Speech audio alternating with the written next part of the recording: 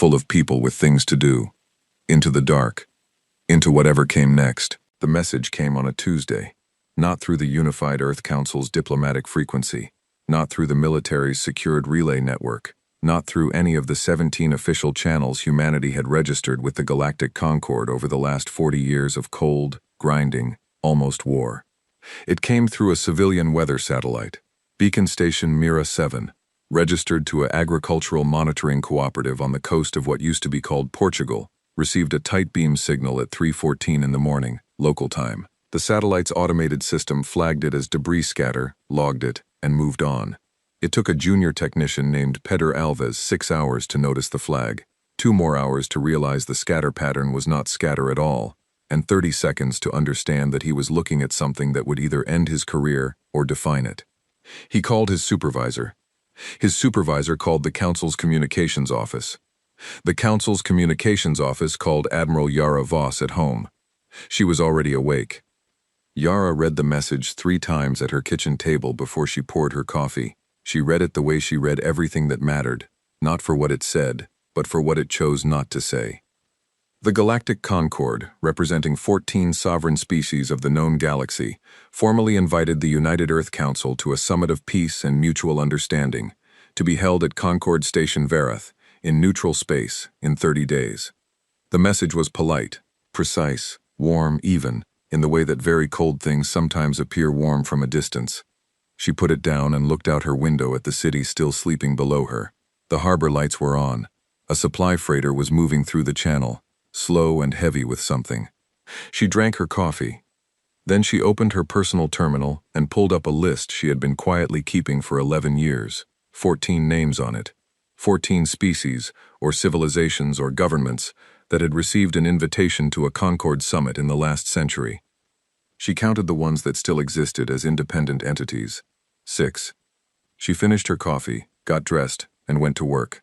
The council chamber held 31 people. It was designed to hold 60, but 3 seats had been empty since the Kepler incident, and the rest had never been filled in the years since, because filling them felt like something nobody was ready to admit yet. Yara stood at the front of the room and let them read it themselves first. She had learned long ago that telling people what a thing meant before they had read it themselves was the fastest way to make them stop listening to you. She watched their faces. Counselor Ben, from the Mars settlements, went through hope and suspicion in about 4 seconds and landed somewhere in the middle. Secretary General Priya Anand read slowly, the way she always did, her lips barely moving. The military liaisons from the outer colonies read it once and immediately looked at each other. A peace summit, Anand said, when most of them had finished. That's what it says, Yara said. After 40 years. Yes. After the Kepler blockade, after the Cassini exclusion zone, after everything. After all of that, Yara said, yes. Ben leaned forward. He was a big man, built like the kind of person who had grown up somewhere with higher gravity and more need to be stubborn about it. So, they blinked, he said. Finally, the pressure worked. The economic exclusion, the colony expansions, I want to show you something first, Yara said. She pulled up the delivery method on the main screen, the weather satellite, the civilian beacon, the agricultural cooperative. She let them look at it. They sent this through a potato farmer's orbital relay, she said. Not a diplomatic frequency, not military, not even a commercial channel we'd registered with them. A potato farmer. The room was quiet for a moment. Could be a technical error, someone said from the back. It's not, Yara said. She said it the way she said things she was certain about, which was without emphasis, without force, without anything extra at all. They know every frequency we have. They've known them for decades. They chose this one. They chose it because it's the lowest status channel a civilization can receive a message on. It's the galactic equivalent of sliding a note under the door instead of knocking. Anand looked up from the message. You think it's deliberate? I think everything they do is deliberate, Yara said, and I think we should go. That caused the noise she expected. Half the room talking at once, cross conversations, Ben's voice rising above the others, someone near the windows saying something about traps, and someone else saying something about opportunity, and the 2 words crashing into each other somewhere in the middle of the room. Yara waited. She was good at waiting. She had learned it in places where the alternative to waiting was dying. When the noise dropped, she spoke again. "I think it might be genuine," she said. "I think there are people inside the Concord who want real peace. I think there are also people inside the Concord who want to use a peace summit to get our leadership off Earth and in one room while they move assets into position." She paused. "I think both of those things can be true at the same time. I think we should treat both of them as true at the same time." Anand looked at her steadily. "Meaning what exactly?" "Meaning we go," Yara said. "We go and we mean every word we say. Every offer we make honestly. Every hand we extend genuinely. We want peace. We have always wanted peace." She looked around the room. "And we prepare for every word they mean." Silence. "You're talking about the contingency drawer," Ben said. "I'm not talking about anything by name in this room," Yara said. "I'm talking about being the kind of people who go to a peace summit hoping it works and ready for it not to. Both things. No contradiction." Anand looked down at the message again. 30 days, she said. "They want us rushed," Yara said.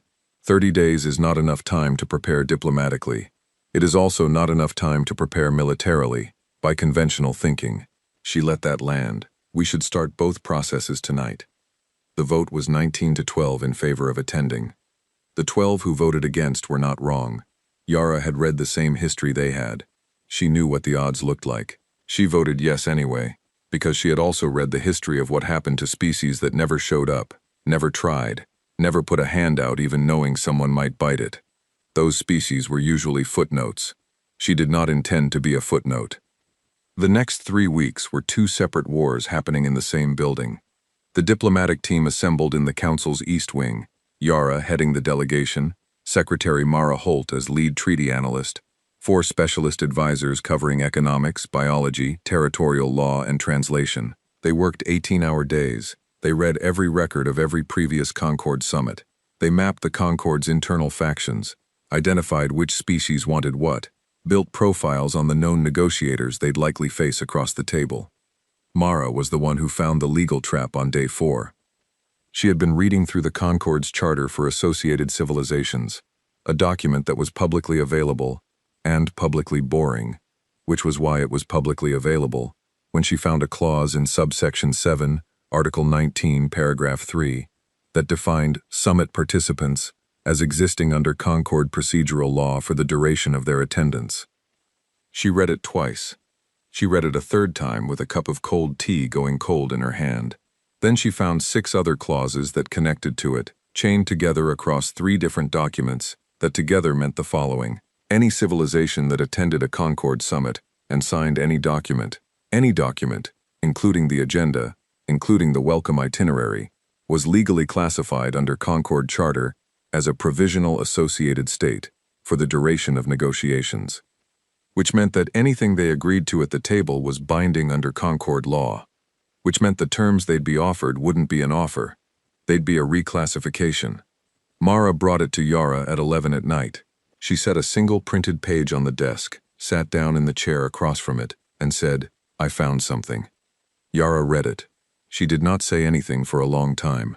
"How long did it take you to find this?" she asked. 6 hours, Mara said, buried in 3 separate documents, each one referencing the others in footnotes. "How long would it take someone who wasn't looking for it?" "Never," Mara said. "If you're not looking for it, you don't find it.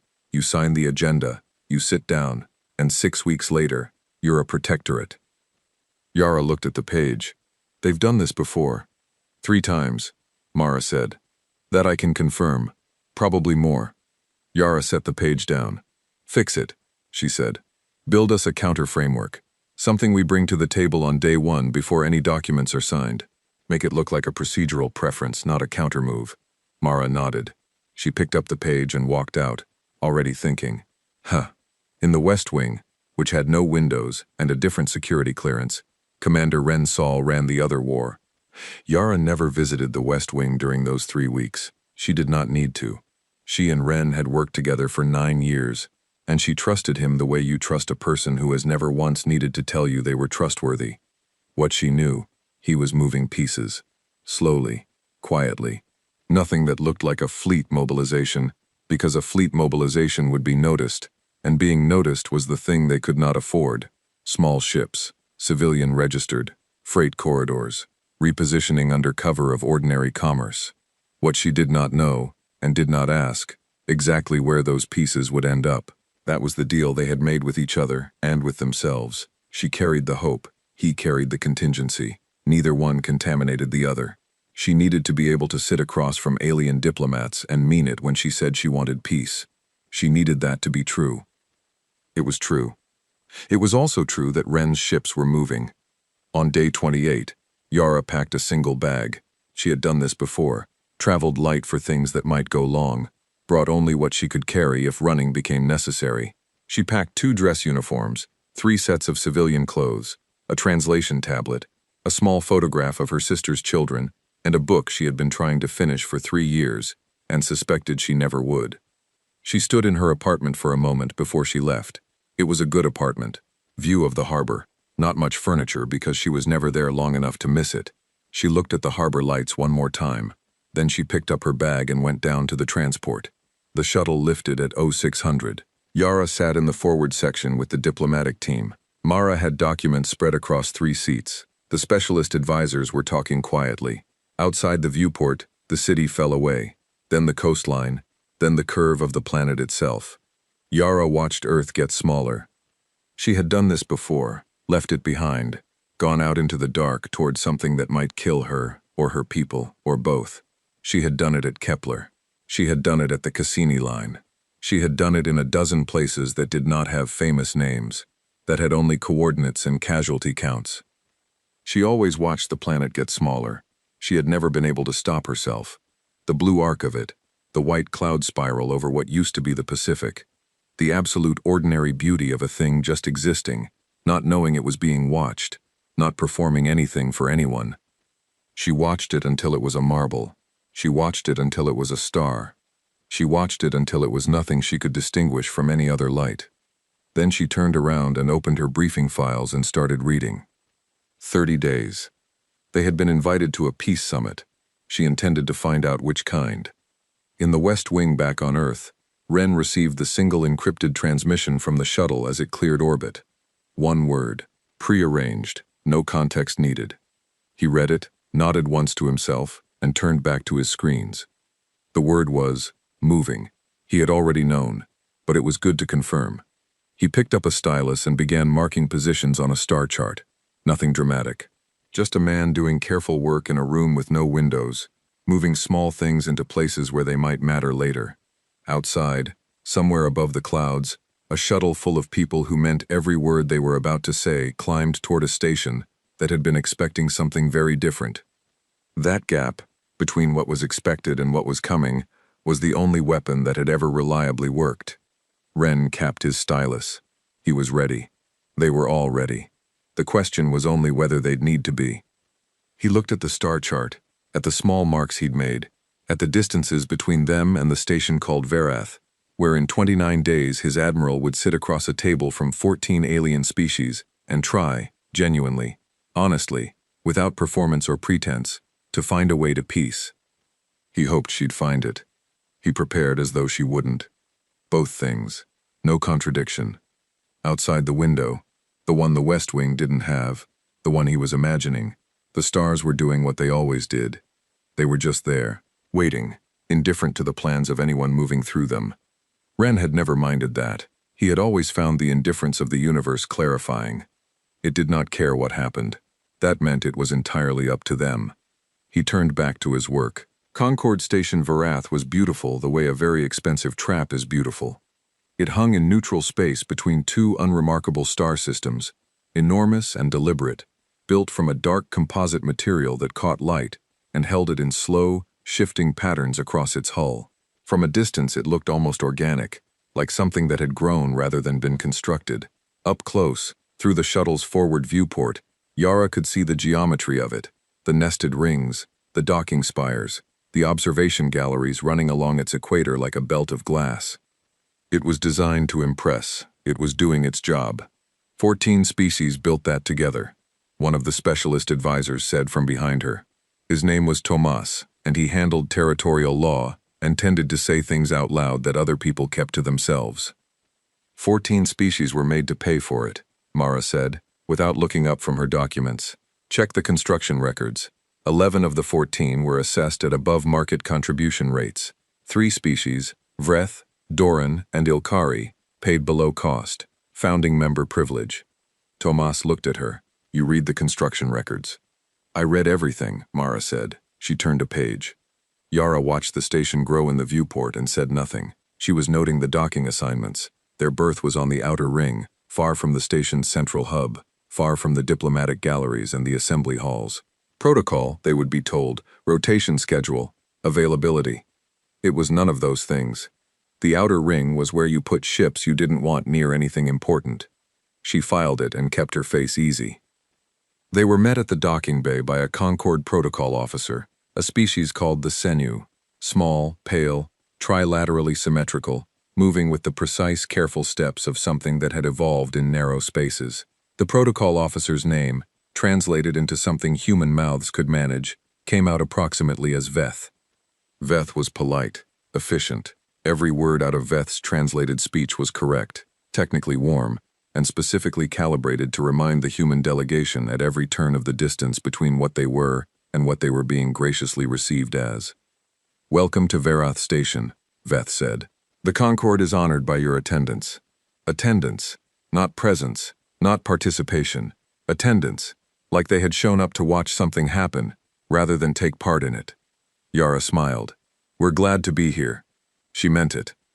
The human delegation's quarters were in a section of the station that had been specifically prepared for them. This was presented as consideration. The atmospheric composition adjusted, the gravity tuned to Earth standard, the lighting spectrum shifted toward the wavelengths human eyes preferred. What it actually meant was that they were in a sealed section with its own environmental system, separate from the rest of the station's circulation.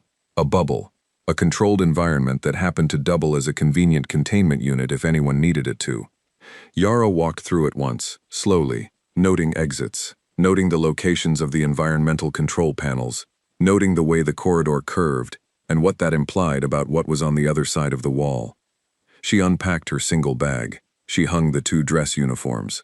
She put the photograph of her sister's children on the small table by the bed. She looked at it for a moment. Then she went to find out what dinner was going to be. The first dinner was a thing of considerable ambition and specific cruelty. 14 species, or their representatives, arranged around a table that was shaped in a way that didn't quite translate to any human geometric tradition. Not round, not rectangular, but something with 17 sides that kept making Yara's eye want to correct it. The seating arrangement had been determined by the Concord's protocol office, which meant it had been determined by the 3 founding member species who ran the protocol office, which meant it had been determined by people who understood exactly what a seating arrangement communicated. The human delegation sat at the table's narrowest point, the section that had the fewest seats, the smallest surface area, the lighting that didn't quite reach properly from the overhead fixtures.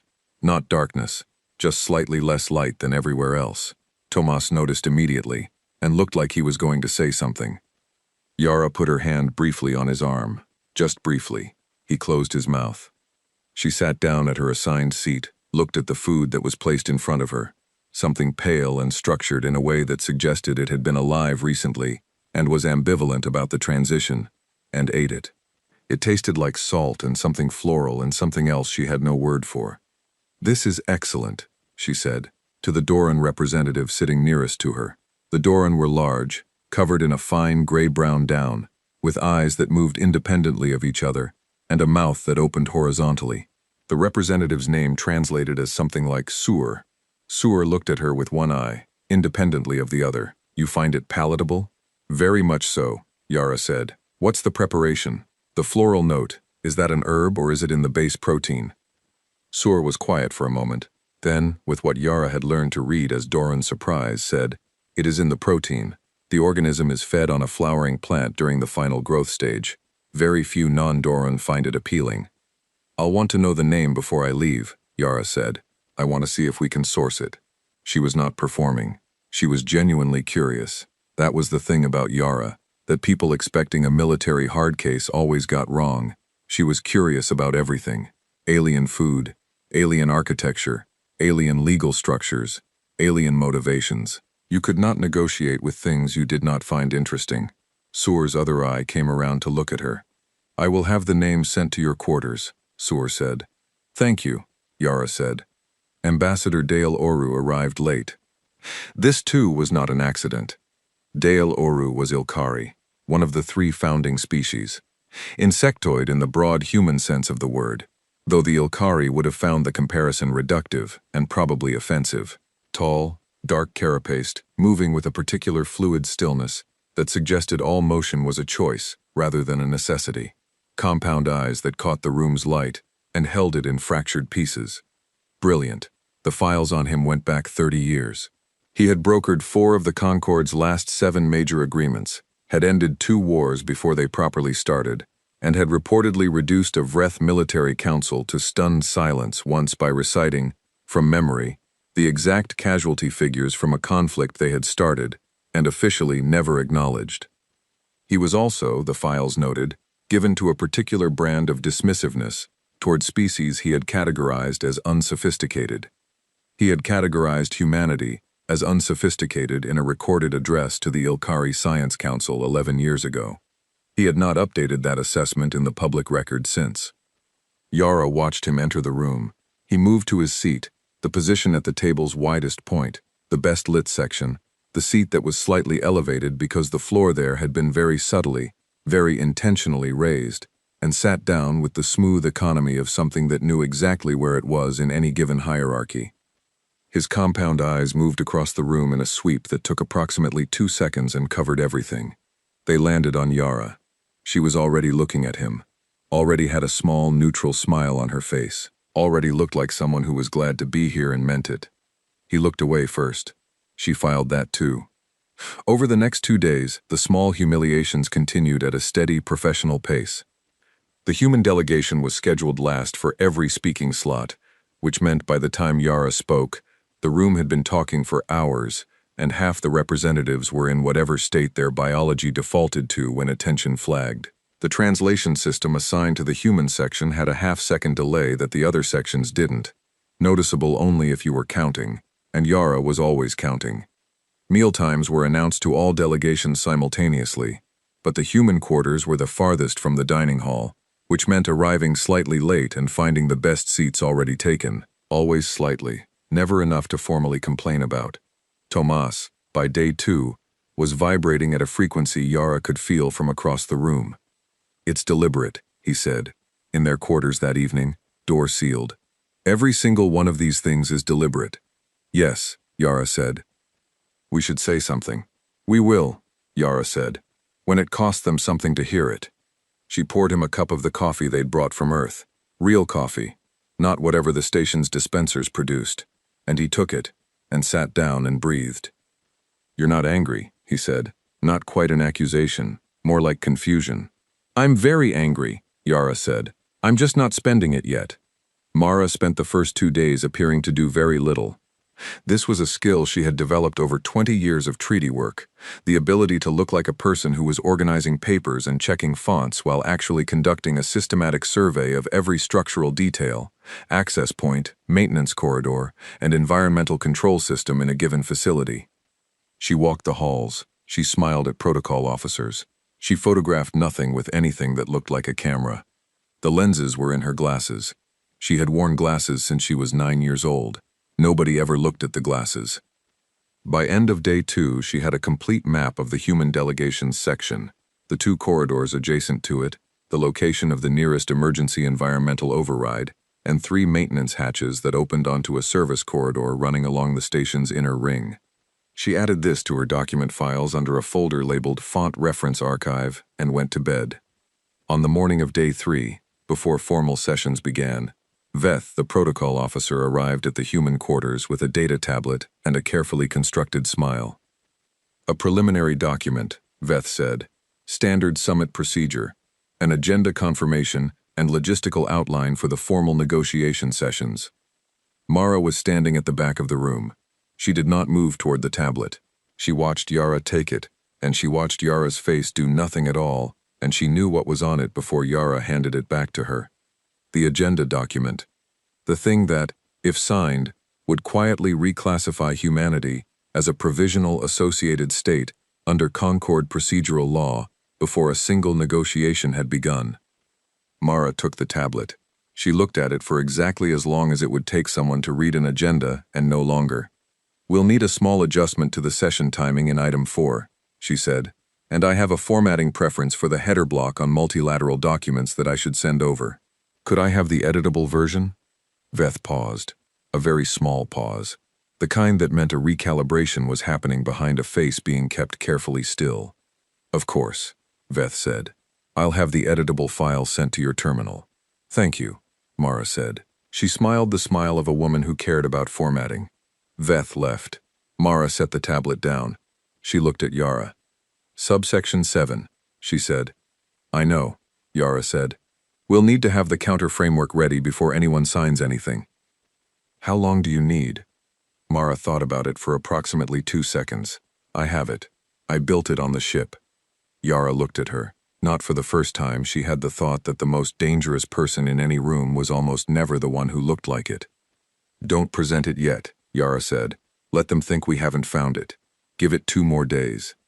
Mara nodded. She picked up the tablet and went back to her documents.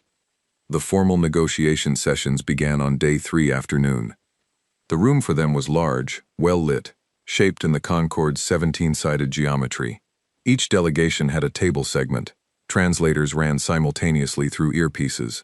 The air was set to a temperature that was comfortable for the majority of species present, and slightly cool for humans, which was probably not an accident. Dale Oru opened the session. His translated voice was precise and measured, with a quality Yara's ear kept wanting to call musical. He outlined the Concorde's vision for a new era of galactic cooperation. He used words like stability and mutual benefit and shared futures. He was good. He was very good. When it was humanity's turn to speak, Yara stood up. She did not have notes. "Thank you," she said. "We came here because we want peace. Not the kind of peace that is really one side accepting the other side's terms, but actual peace. The kind that's still standing in 50 years, because it was built on something true." She paused. "We're ready to work hard for that. We think you are too. Let's find out." The room was quiet for a moment. Dale Oru looked at her. One of his expressions, she had been learning to read Ilkari facial movement from files, knowing she'd need it, shifted into something she didn't have a word for yet. She sat down. Tomas leaned over. "Short," he whispered. "Enough," she said. That night, in the service corridor Mara had mapped behind the third maintenance hatch, a Concorde security officer in a technician's uniform placed a listening device behind a coolant conduit at approximately the height of a human head. He was back in his section of the station within 6 minutes. 11 minutes after that, a man named Corporal Dev Anant, listed on the station's manifest as a junior kitchen worker from the human delegation's support staff, found it. He did not remove it. He took a photograph with his own lenses, which were not in his glasses because he didn't wear glasses. They were in his left eye, which had been replaced after Kepler Station with something better than what he'd been born with. He walked back to the kitchen, finished his shift, and sent a single compressed file to a relay point that forwarded it to a receiver that was not on the station. Yara was briefed at 0200.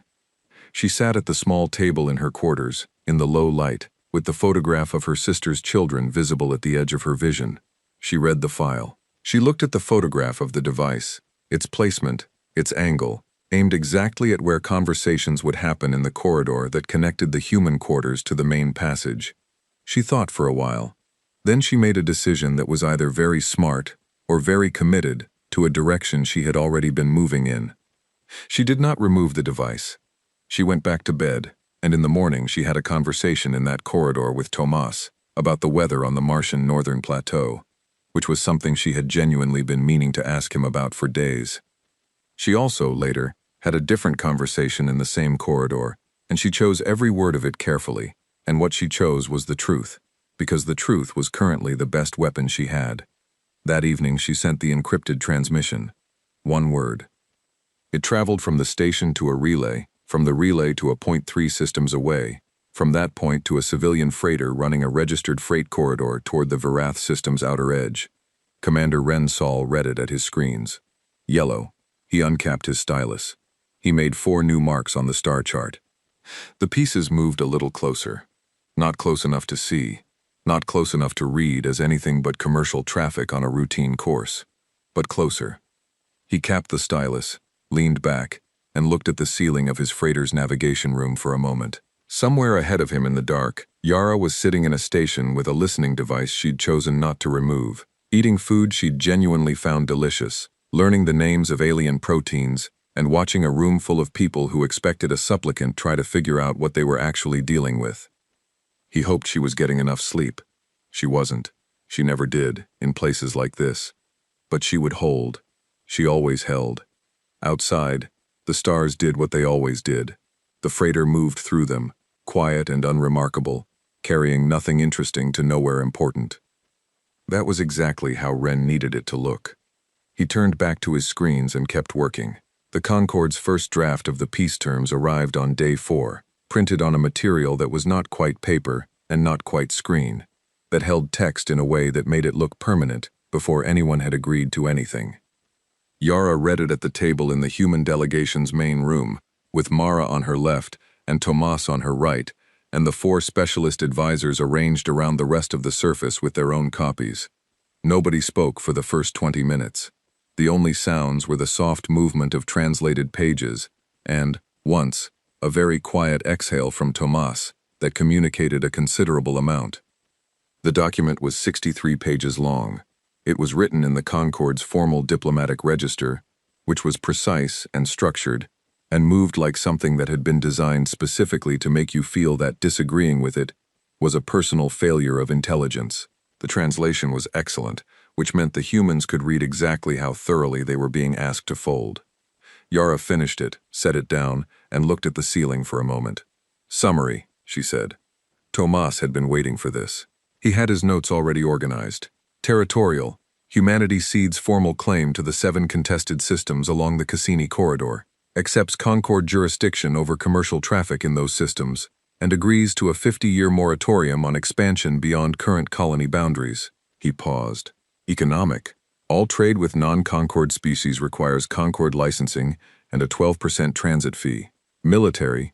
Earth's defense forces are reclassified as a Concorde-associated security body, which means our deployments require Concorde authorization beyond a defined perimeter. He stopped. "That's the polite version," Yara said. "Yes." "Say the other version." Tomas looked at his notes, then set them down. "They want us contained, taxed, and asking permission to defend ourselves." The room was quiet. "They dressed it up well," Mara said.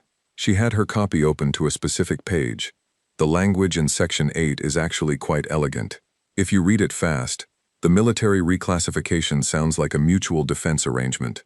It's only when you cross-reference it with the perimeter definition in Appendix C that you realize the perimeter is drawn around Earth and its 3 nearest colonies. Everything else is outside it. So if a colony beyond that perimeter is attacked, one of the specialists said. "We would need Concorde authorization to respond," Mara said, "which would need to be voted on by the full council, which includes the species most likely to be doing the attacking." The specialist sat back. "Right," he said. Yara stood up. She walked to the viewport. The human quarters had one, small, looking out at the station's outer ring and the dark beyond it. She looked at the dark for a moment. "How much of this is real positioning, and how much is an opening bid?" she asked. "The territorial terms are an opening bid," Tomas said. "The military reclassification is not." "Agreed," Yara said. She turned around. "That's the one they actually want. That's the door they're trying to walk us through." She looked at Mara. "The agenda document, the provisional state language, the military perimeter. They all connect." "Yes," Mara said. "If you sign the agenda document, you're already a provisional associated state before negotiations begin. If you then agree to the military reclassification in the treaty, you've formalized it. You're not a sovereign civilization anymore. You're a member body under Concorde jurisdiction, with a 50-year moratorium on expansion so we can't grow our way out of it," Tomas said. "And a transit tax so we can't fund our way out of it," one of the specialists added. The room was very quiet again. Yara looked at them. She looked at the faces around the table, tired, focused, not broken. None of them broken. "Here's what's also true," she said. "The territorial terms have movement in them. The trade structure has workable alternatives if you strip out the transit fee and replace it with a flat-rate commercial agreement. There are 3 species on that council who would benefit from open trade with humanity More than they'd benefit from the tax revenue. She paused. There are people in that room who want a real agreement. Not all of them, but some. How do you know? Tomas asked. Because if they only wanted to trap us, they didn't need to invite us here, she said. They could have moved on the colonies while we were negotiating and presented us with a fait accompli. They haven't done that. She thought about the fleet data Wren was watching. As of this morning, no unusual Concord military movements. That means something. She sat back down. We counter, she said. Everything, honestly. The territorial terms we can move on. Propose a joint administration framework for the Cassini systems, shared jurisdiction, commercial access for both sides. The trade structure we rebuild from the ground up. The military clause we reject entirely and replace with a mutual non-aggression framework that doesn't require anyone's permission to defend their own people. She looked around the table. We mean every word of it. This is not a stall. This is not maneuvering. We present these as what we actually want, because they are what we actually want. She paused. And Mara presents the counter framework for the agenda document first, before anything else gets signed. Mara nodded. She already had it ready. She had had it ready for 3 days. The counter-proposal session happened on day 5. Dale Oru sat across the table, still and composed, and read the human counter-proposal in the same silence that Yara had read the Concord's draft. She watched him read it. She watched the small adjustments in his posture that the files had taught her to associate with surprise, a slight shift in the angle of his carapace, a fractional change in the way his forearms rested on the table. He had not expected them to have read it this carefully. He had not expected the counter-proposal to be coherent. She filed this without pleasure. It was not a victory. It was information. Mara presented the agenda document counter-framework first, as planned. She did it with the energy of a person making a minor administrative correction, a quiet, almost apologetic description of a procedural preference for a different document header that happened, as a side effect, to route the entire summit outside of Concord provisional state jurisdiction and establish it instead under a mutually agreed neutral framework. She smiled pleasantly through all of it. The Concord's legal advisor, a Senu named Ash, who was very good and had realized what was happening approximately halfway through Mara's presentation, went absolutely still. Dale Oru did not look at Ash. He looked at Mara, then he looked at Yara. Yara looked back at him with the expression of a person who was here to find peace and meant it. There was a recess called for administrative review. It lasted 4 hours. When they came back, the Concord's delegation had a new version of the agenda document that no longer contained the provisional state language. Nobody mentioned the old version. Nobody explained the change. The new document was presented as a formatting update. Mara accepted it with a smile and a note about the header font. Real negotiation, when it finally started, was a different kind of exhausting. Not the exhausting of sitting in a room being quietly diminished, the exhausting of two intelligent sides trying to find the shape of something that didn't exist yet, feeling along the edges of it in the dark, occasionally finding a piece that fit. The Cassini corridor took 2 full days of sessions. The human delegation proposed joint administration. The Concord countered with Concord-led administration with human advisory rights. Humanity countered with equal-seat joint council with rotating chair. The Concord came back with equal-seat joint council with Concord veto on security matters. Humanity countered with mutual veto, neither side able to unilaterally authorize military action in the corridor. At the end of day 6 they had something, not perfect, not what either side had started with, something that 2 sides could both explain to their people without lying about what they'd gotten. Tomas thought it was better than he'd expected. Yara thought it was real. That mattered more to her than better. The trade framework took 1 day. Mara and Ash, the Concord's legal advisor, negotiated most of it directly, sitting at a side table while the main session continued around them. They were an interesting pair. Mara, with her documents spread everywhere, speaking in the precise, friendly tones of someone who had been doing this for 20 years, and Ash, who was quiet and fast, and had stopped underestimating Mara approximately 3 hours into their first exchange.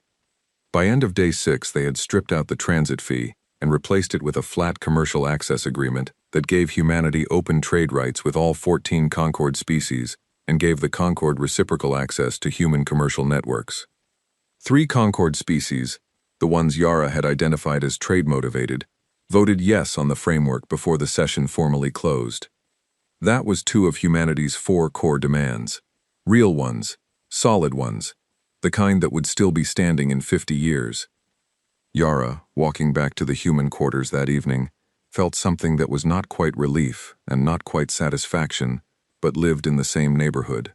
A thing you could only feel if you had genuinely wanted something, and genuinely worked for it, and genuinely gotten some of it. She let herself feel it for the length of the corridor. Then she went inside, and Mara was waiting at the table with a look on her face that brought Yara back to the present with a sharpness that felt like a step onto cold ground. "The listening device," Mara said. "What about it?" "Someone came back to it today, during the recess." Mara set a small data chip on the table. "Devenant's report. They didn't replace it. They added a secondary transmitter to it. Longer range." Yara looked at the chip. "Who came back to it? Concord Security?" "Dev says it wasn't standard Concord Security uniform. The insignia was different." Mara paused. "Vreth." Yara was quiet for a moment. The Vreth were one of the 3 founding species. The ones who had paid below cost for the station's construction. The ones with the most to lose if humanity negotiated its way to something real. "They're running their own surveillance separate from the Concords," Yara said. "Separate from Dale Oru's operation," Mara said. Yes. This was the line that mattered. The Concord was not one thing. It was 14 species with 14 sets of interests, and some of those interests were not served by a real peace with humanity, and some of those interests were. Dale Oru, brilliant and dismissive and across the table from her every day, wanted something from this summit. She still didn't know exactly what, but she knew it wasn't the same thing the Vreth wanted. "Don't touch it," Yara said. "Still? Still," she thought. "Start having certain conversations near it. Specific ones. I want the Vreth to know things." "What things?" Yara told her. Mara listened.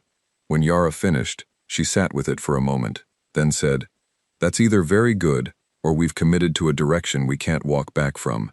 "Yes," Yara said. "Okay," Mara said. She picked up her documents. "I'll want the wording to sound natural." "It will be natural," Yara said. "It'll be true." She sent the transmission that night. One word, the ladder going up another step. Orange. Ren received it on the freighter. He read it, set down his coffee, and pulled up the star chart. He looked at the marks he'd made over the last 6 days. He made new ones, and the new ones were closer to Verath Station than the old ones had been, and they were positioned in a way that any Concord sensor sweep running a standard military scan would not find interesting. A commercial freighter here, a registered mining survey vessel there, a passenger transport on a filed route that happened to pass through a particular corridor at a particular time. Pieces. He capped the stylus. He thought about the word orange. Yellow had been, "We're here, it's what we expected, we're steady." Orange was different. Orange was, "Something has shifted, the temperature is up, stay close." He stayed close. Outside, the stars held their positions, indifferent as always. The freighter moved through them on its registered route, a piece of commercial traffic going somewhere unremarkable. Ren looked at the chart for a long time.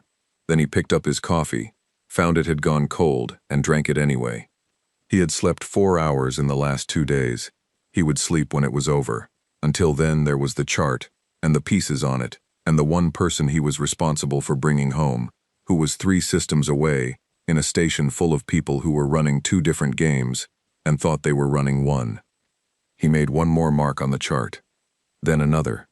The pieces moved. Nobody, looking at any one of them, would see anything worth looking at. That was the point. That had always been the point. He set down his cup and went back to work. The sensor report came in at 0847 during the morning session's 2nd hour. Yara was mid-sentence when her earpiece gave the single low tone that meant Ren had pushed something to her personal channel. She finished the sentence. She made a note on her document. She waited for a natural pause in the session. Dale Oru was responding to Tomas on the mutual non-aggression clause, a point of genuine contention they had been working through for 2 days, and she looked down at her wrist terminal under the table. 11 words, no preamble. 3 Vreth cruiser-class vessels. Verath system outer boundary. Filed as routine patrol. She read it twice. She looked up. Dale Oru was still speaking. His translated voice moved through the room in its precise, measured way. The other delegations were listening with varying degrees of attention. The Senu protocol officers stood at their stations along the wall. The lighting was the same as it had been every morning. The air was the same temperature it had been every morning, slightly cooler than humans preferred. Everything looked exactly the same as it had yesterday. Yara set her wrist terminal face down on the table. She picked up her tea, which had been sitting for 20 minutes, and was not quite cold, but was not warm either, and she drank it. She thought about 11 Vreth-submitted civilizations, 6 of which still existed as independent entities. She thought about Mara's font reference archive, and Dev Anant's replaced I, and the 3:14 a.m. signal on a Portuguese weather satellite, and the photograph of her sister's children on the table by her bed. She thought about 2 of 4 demands, real ones, solid ones, the kind that would still be standing in 50 years. She set the cup down. Dale Oru finished his point. The session moved. Yara made a counter-argument on the non-aggression clause that was measured and precise and genuine, because she still meant every word she said at this table, and she would mean every word she said at this table until the table stopped being a place where words meant anything. It was not that yet. She intended to keep it from becoming that for as long as possible. By the afternoon session, she had the full picture from Ren. 3 Vreth cruisers, cruiser class, combat configuration.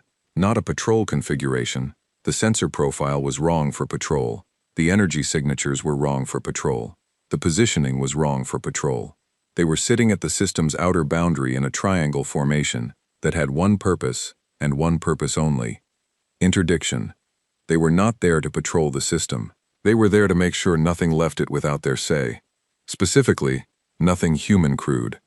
Ren's message was precise about this. He had cross-referenced the formation with 16 other instances of Vreth military positioning in the last 40 years, and the match was consistent. This was a specific Vreth tactical posture with a specific name in their military doctrine. The name translated, roughly, as the closing of a hand. Yara read it in the corridor outside the session room, standing with her back to the wall, reading from her terminal with the expression of someone reviewing a schedule. Tomas came out after her. He read her face, not the expression on it, but the thing beneath the expression, which he had learned to read over the last 6 days. "What?" he said quietly. "Go back inside," she said. "Sit down. Keep working on the non-aggression clause, the wording in Article 3, Section 2. Push for the broader defensive perimeter definition. It matters." "Yara." "It matters," she said. "Go." He looked at her for one more second. Then he went back inside. She stood in the corridor a moment longer. She was angry. She wanted to be clear about that to herself. She was genuinely, fully angry.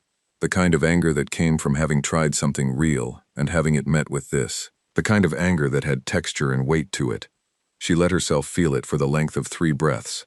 Then she filed it away in the same place she kept everything she couldn't spend yet, and she went back into the session room and sat down and kept working. It broke open on day 7 morning. Not gradually, not through a building series of pointed exchanges. It broke the way things break when one side decides the pretense has served its purpose and stops maintaining it. The Vreth delegation's lead representative, a figure who had been largely silent through the previous day's sessions, present but peripheral, watching, stood up. His name translated as something that came out in human mouths, as Vren. He was tall, even for Vreth, which meant he was tall by any species measure, with the heavy-plated build of his kind and eyes that were a very pale yellow and moved in his face with a flat, deliberate quality, like something that had decided long ago that looking was a tool rather than a reflex. He waited until the room was looking at him. "The Vreth Coalition," he said, through the translation system, in a voice that was perfectly level, "wishes to address the matter of humanity's compliance with Concord Association terms before this session proceeds further." The room shifted. Yara felt it, the particular quality of stillness that descends on a space when something true has finally been said out loud. Dale Oru's posture changed, a small change, the angle of his carapace, the way his forearms moved on the table. Yara had been reading him for 6 days. This was not the change of a person who had been expecting this. He hadn't known. She filed it. Vren continued. "The Vreth Coalition's position is that the current negotiation framework has produced terms insufficient to Concord security requirements. In light of this, the coalition formally requests that this summit conclude under the original document structure. The original document structure, the one Mara had taken apart on day 3, the one that would have made humanity a provisional associated state before a single real term was agreed. Furthermore, Vren said, the Vreth coalition wishes to make clear that the delegation of the human species is currently present on this station under Concord jurisdiction, and that their departure is subject to coalition security review for the duration of this matter's resolution. There it was. Plain, clean, out in the open air at last. You are here. You are not leaving. You will sign what we put in front of you, or you will not leave. The room was very quiet. Yara became aware of small things. The temperature of the room, the sound of the translation system, the exact distance between her chair and the door, the fact that Mara, 3 seats to her left, had gone absolutely still in the way that Mara went still when she was thinking very fast. Dale Oru said, in a voice that carried a quality Yara had not heard from him before, something tight in it, something controlled. The Vreth Coalition's statement has not been submitted through standard session procedure. The Vreth Coalition is operating under emergency security provisions, Vren said. Article 41 of the Concord Defense Charter. Dale Oru was quiet for a moment. A long moment. Article 41, he said, requires the consensus of founding member species. The Dorun and Ilkari will be formally notified, Vren said. They will be formally consulted, Dale Oru said. There was something in the precision of that correction that told Yara more than anything else she had observed in 6 days.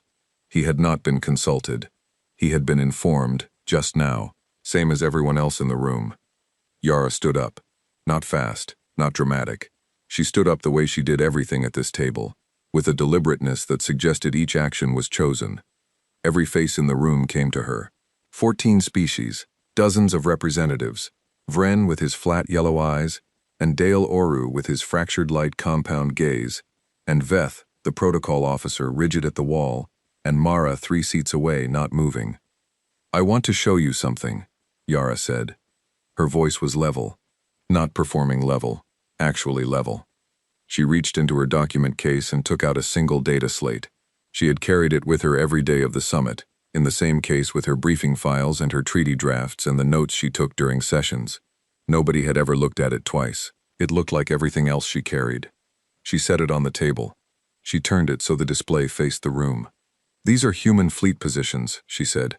Current, as of 40 minutes ago. The display showed a star map. Vareth system at the center. Surrounding it, distributed across 9 different coordinates at varying distances, were marked positions.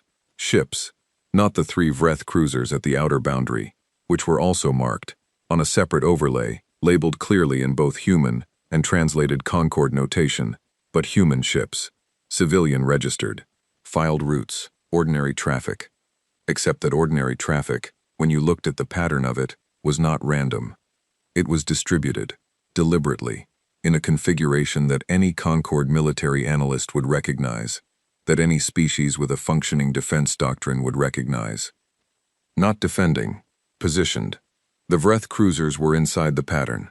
The Vreth home systems, 3 of them, marked in the standard notation anyone in the room could read, were not inside the pattern. They were adjacent to it, just adjacent to 3 separate human vessel positions that had been holding their coordinates for 4 days. Not aimed, not threatening, not doing anything at all that required an explanation. Just there, just already there. Yara looked at the room. We prepared for both outcomes, she said. We hoped for this one. She gestured at the table, at the documents on it, at the 6 days of genuine work that sat in those pages. We came here because we want peace, she said. We still want peace. Everything we have offered at this table, we offer now. Every word we have said, we mean. She paused. We also want to go home, and we will go home. She did not look at Vren when she said it. She looked at the room, at all of it, at the 14 species who had been watching humanity for 40 years and waiting to find out what it was. The room was quiet for a long time. Vren was looking at the star map, at the pattern of it, at the positions marked there, their spacing, their angles, the 3 coordinates adjacent to Vreth home space. His flat yellow eyes moved across it slowly. He did not speak. Nobody spoke. Yara sat back down. She reached forward and turned the data slate so it was facing her again. She picked up her pen. She looked at her treaty draft. Article 3, Section 2, she said to the room. The defensive perimeter definition. I believe Tomas was making a point about the wording when we were interrupted. Tomas looked at her. He looked like a man who had just watched something happen and was still assembling it into a coherent shape. Yes, he said. Yes, the broader definition. The session continued. Bren left the room during the midday recess and did not return. An hour after that, Ren's screen showed the 3 Vreth cruisers at Verath System's outer boundary change their formation. They moved from the triangle, the interdiction posture, the closing of a hand, to a standard patrol spread. Not gone, but changed. Ren stared at the screen for a while. Then he sent a single compressed file to the civilian freighter coordinates he had been seeding across the system for the last 6 days. The file contained 2 words, stand by, not stand down. Not yet, but the hand was no longer closing. He sat back in his chair. He looked at the ceiling of the freighter's navigation room and breathed once, slowly, the way you breathe when something has not gone wrong that you had been holding your entire body against. Then he sat forward and went back to watching the screens. That night, Dale Oru requested a private meeting, not through protocol channels, not through Veth or any of the other Concord administrative staff, through a direct message delivered to the human quarters door by Dale Oru himself, standing in the corridor in a manner that Yara, who answered the door, would later describe to no one as looking like a person who had decided something and was now living with what that decision required. She did not open the door all the way. Ambassador, she said. Admiral, he said. The translation system rendered his voice in the way it always did, precise and even, but there was something in it tonight that had not been there in 6 days of sessions, something that was not performing. Tomorrow, she said, before the session, we can use the observation gallery on the East Ring. It's open circuit, no recording devices. She had confirmed this with Mara's maps 4 days ago. 6th hour. He looked at her for a moment. His compound eyes caught the light from the corridor. 6th hour, he said. He left. Yara closed the door. She stood in the room for a moment. Mara looked up from the table. He didn't know, Yara said. I know, Mara said. That changes things. I know, Mara said. They looked at each other. Does it change what we want? Mara asked. No, Yara said. It changes what's possible. Mara nodded. She went back to her documents. Yara walked to her room. She sat on the edge of the bed and looked at the photograph of her sister's children for a while. 2 of them were old enough now that they had probably changed since it was taken. The youngest one's face she could still read clearly. She thought about that face, about what it was growing up into. She thought about 2 of 4 demands, real ones. She thought about what was possible.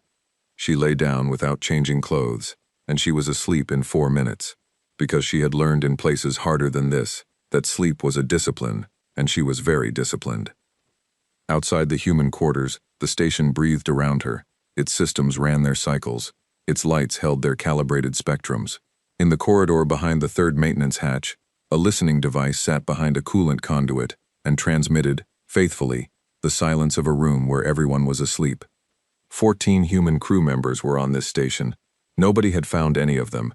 Devenant finished his kitchen shift, said goodnight to the Senu cook he had been working next to for 6 days, walked to his bunk in the support staff quarters, and lay down with his eyes open in the dark. His left eye, the better one, kept running its quiet background functions, the ones that didn't need him to direct them, cataloging the small data it gathered from every room it had been in that day. He stared at the ceiling. He thought about home. He thought about the freighter 3 systems away and the man on it who was watching the same dark from the other direction. He closed both eyes. He slept. Tomorrow was going to matter. He wanted to be rested for it. The observation gallery on the East Ring had no chairs. It was built for standing, for looking out at the dark through a curved band of transparent composite that ran the full length of the gallery like an unbroken eye. The stars outside were dense here, denser than they looked from Earth, because there was nothing between them and the viewport. No atmosphere, no city light, no anything. Just the dark and everything burning in it.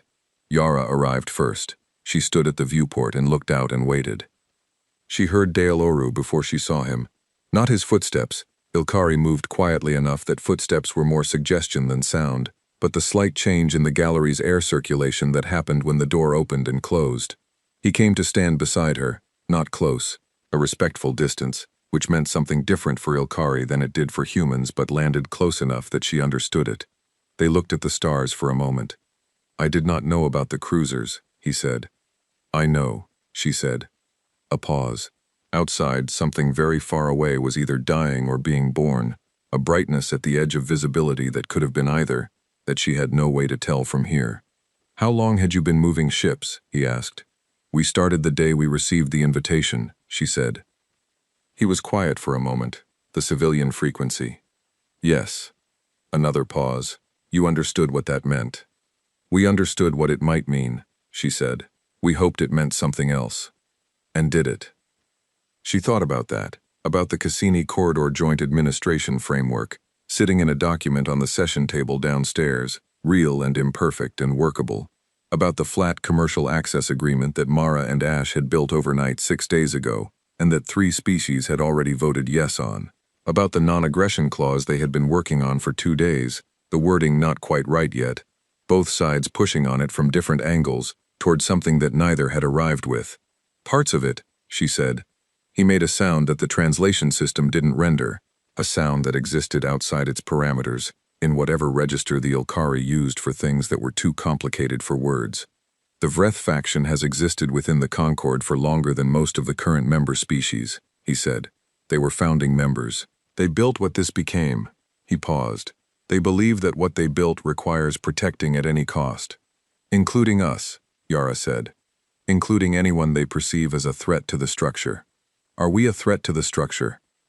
He was quiet for longer than she expected. "You are something the structure was not built to accommodate," he said. "That is not the same thing. But to certain minds it is close enough." Yara looked at the stars, at the brightness at the edge of visibility, still there, still impossible to name. "What do you want from this summit?" she asked. She had wanted to ask it since day one. She had waited until she had enough of him assembled to hear the answer properly. He was quiet again. Not the quiet of evasion, the quiet of precision, of a person choosing words the way you choose footholds on a difficult surface, testing each one before committing weight. "Stability," he said. "Real stability. Not the kind that comes from containing a species until it breaks outward. That kind lasts 30 years, and then it doesn't." He paused. "You have been expanding for 3 centuries. You will keep expanding. The question is not whether that happens. The question is what shape the galaxy is in when it does." Yara looked at him, at his profile against the stars, the dark carapace, the compound eyes catching the viewport's light in their fractured way. "You think a real agreement is more stable than a contained one," she said. "I think a species that contains its expansion voluntarily, because it has a genuine stake in the structure it's part of, is more stable than a species that is held down until it isn't," he said. "Yes." The Vreth disagree. "The Vreth have a different model," he said. "They have also been running it for 200 years, and it has produced 6 of 14 invited civilizations, still existing as independent entities." Yara looked at him for a moment. "You know about my list," she said. "I compiled the same list 11 years ago," he said. They stood with that for a moment. "Would you have used them?" he asked. "The ships." She looked back out at the stars, at the brightness that was either dying or being born. "I genuinely don't know," she said. "That's why it worked." The final session began at the 9th hour and ran until late in the evening. The non-aggression clause got its wording. It took 4 hours and 17 drafts, and at one point, Tomas put his pen down and looked at the ceiling and breathed through his nose for 30 seconds, while Ash and Mara continued working around him. The final version was not what humanity had arrived with, and it was not what the Concord had arrived with, and it said something true that neither side had known how to say before they had spent 6 days sitting across from each other. No side would deploy military assets within the other's defined sovereign space without formal notification and a 72-hour response window. Exceptions for active defense of civilian targets, with specific parameters on what counted as active and what counted as defense. Tomas read the final version 3 times. "It's not perfect," he said. "No," Yara said. "It's real, though." "Yes," she said. "It is." He picked up his pen. The signing happened in the main session room, under the 17-sided geometry and the lights that had been slightly too cool for human comfort all week, which nobody adjusted, and which Yara had stopped noticing 3 days ago. 4 documents: the Cassini Corridor Joint Administration Framework, the Commercial Access Agreement, the Mutual Non-Aggression Clause, a 4th document that was shorter than the others, a single page, which established a permanent liaison office, Human and Concord jointly staffed, for ongoing diplomatic contact. The liaison office had been Dale Oru's addition, submitted the previous evening through proper session procedure. Yara had read it twice, and then signed the submission form and sent it back without comment, because some things did not need comment. Each lead representative signed in their species notation. Yara signed in a neat, economical hand that took about 2 seconds and contained nothing decorative.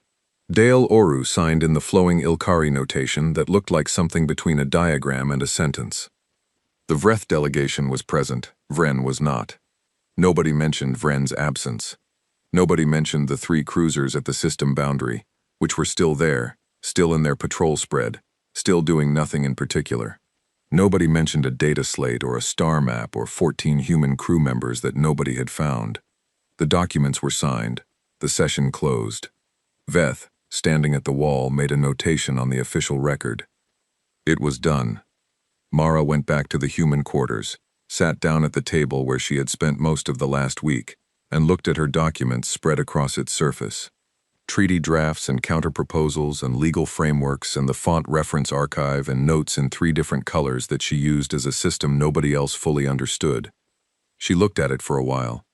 Then she started packing it into a case, slowly and methodically, each document in the right order, everything in its place. She found, at the bottom of one of the stacks, the first draft of the counter-framework she had built on the ship before they arrived. The one that had taken apart the provisional state language before anyone had signed anything. She looked at it. It was 8 pages, dense, precise, written in the early hours of a ship cabin while the rest of the delegation slept. She put it in the case with the others. She closed the case. She went to her bunk, lay down on top of the covers with her boots still on, and was asleep in less than 2 minutes. She dreamed about font sizes, not metaphorically. She dreamed about a specific heading font she had been arguing about internally for 3 days, whether the point size was right for the formality level of a multilateral treaty document. In the dream she changed it, and it was exactly right, and she felt the satisfaction of that completely. She slept for 16 hours. Wren got the transmission at 2200. Not a single word this time. A short file, compressed. When he opened it, it was a copy of the signed agreement, all 4 documents, in both human and Concord notation, with the official Concord seal and Yara's neat 2-second signature on each one. He read it. He read it again. Then he sent the 2-word message to the distributed positions across the system. Stand down, not stand by. Down. He watched the acknowledgments come back, one by one, from the civilian freighters and the survey vessels and the passenger transports holding their coordinates in the dark around Vareth system. Each one confirmed, filed its updated route, and began moving away on ordinary commercial courses toward ordinary destinations. Pieces returning to the board. It took 40 minutes for all of them to confirm. Wren sat in his navigation room and watched it happen, position by position, mark by mark coming off the star chart, until what remained was just the ordinary traffic of a system going about its business. He looked at the empty chart. He looked at it for a while. Then he closed it, stood up, and went to find something to eat that wasn't whatever had been in the cold coffee cup for the last 8 hours. 3 Concord species requested bilateral talks with Earth within the week. The requests came through the new liaison office, which had been established with a human attaché named Kira Sonne, who had been waiting for the posting for 2 years, and who, upon receiving the first 3 requests simultaneously on her first official day, made a sound that was not quite a word, and wrote all 3 dates into the calendar with hands that were entirely steady. The Vreth made no request. Nobody expected them to.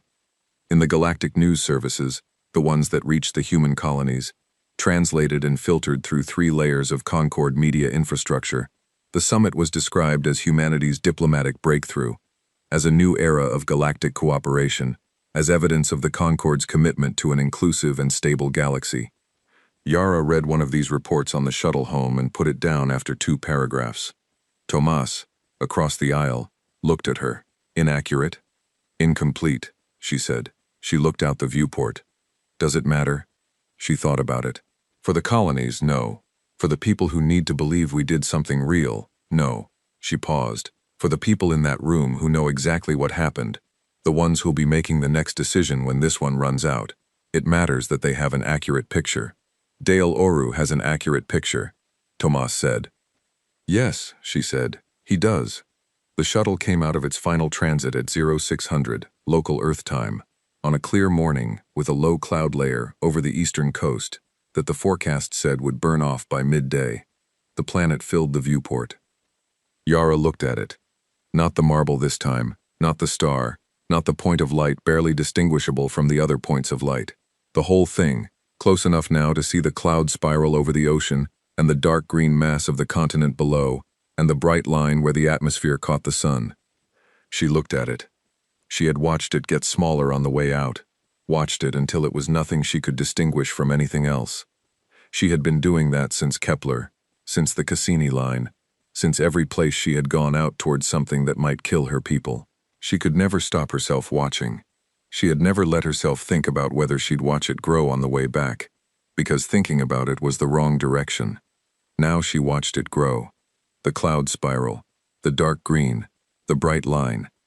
It grew the way things grew when you had been away from them, faster than you expected, and more than you remembered, and with a quality that had no name in any language she knew, that was not relief exactly, and not love exactly, but lived somewhere between them, and was both of them, and was also something else entirely.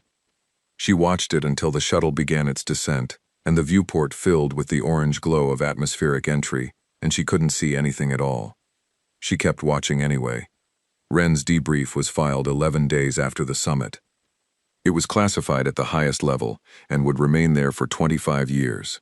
It was a thorough document, 43 pages covering the contingency drawer from initial activation through final stand-down, including the positioning of every vessel, the timeline of every decision, the communications record from first transmission to last. On page 31, in a section covering personnel embedded on Verath Station, there was a line that noted 14 human crew members had maintained positions on the station for the duration of the summit under various cover roles.